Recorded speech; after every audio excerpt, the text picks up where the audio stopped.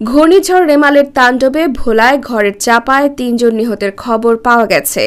জেলার দৌলতখান উপজেলার পৌর ২ নং ওয়ার্ডে গাছ উপড়ে পড়ে ঘরের ভিতর চাপা পড়ে মাইশা নামে ৪ বছরের এক শিশু নিহত হয়।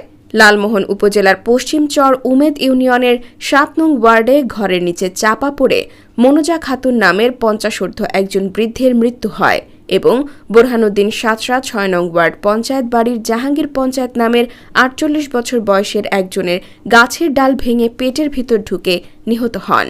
এ বিষয়ে ভোলা জেলা প্রশাসক আরিফুজ্জামান জানান, জেলায় ঘূর্ণিঝড় রেমালের তাণ্ডবে ৩ জন নিহত হয়েছেন। এছাড়াও জেলার বিভিন্ন উপজেলায় অতি জোয়ারের পানিবদ্ধ হয়ে আছেন কয়েক হাজার মানুষ।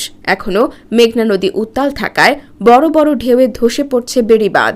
তবে যারা নিম্নাঞ্চলে রয়েছেন তাদেরকে সতর্ক সংকেত দিয়ে আশ্রয় প্রকল্পে আনা হয়েছে এবং জেলা প্রশাসনের পক্ষ থেকে ঘূর্ণিঝড় রেমাল মোকাবেলায় সব ধরনের প্রস্তুতি রয়েছে।